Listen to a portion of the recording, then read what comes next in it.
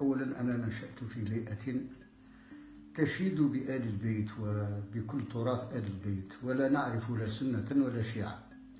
بعد ذلك في دراستي بدأت أتمرس وأدرس كيف الفرق بين الشيعة والسنة، فوجدت أن المسألة مسألة سياسية في قضية الحريات، أن السنة هم مذهب السلطة وأن الشيعة هم مذهب المعارضة، وأن الخطأ الذي فعله المسلمون بعد النبي هو أنهم منعهم المعارضة، أي أن السنة لما حكموا وهم السنة منعوا آل البيت من حقهم في قيادة الأمة، فأصبحت السنة هي السلطة وأصبحت الشيعة هي المعارضة عبر 14 قرنا.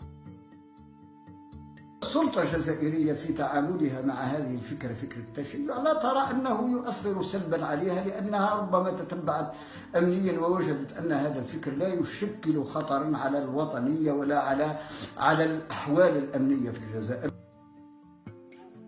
هي على أنواع المجتمع، هناك مجتمع متنور يؤمن بالاختلاف في أماكن، يعني الطبقات المثقفة تحترمني مثلا شخصيا وتحترم كل التنوعات. المشكلة في الوهابية السلفية التي عششت في كثير من الأحياء الشعبية وفي المواطنين البسطاء الذين لا خلفية تاريخية ولا علم حول الصراع التاريخي السني الشيعي عندهم.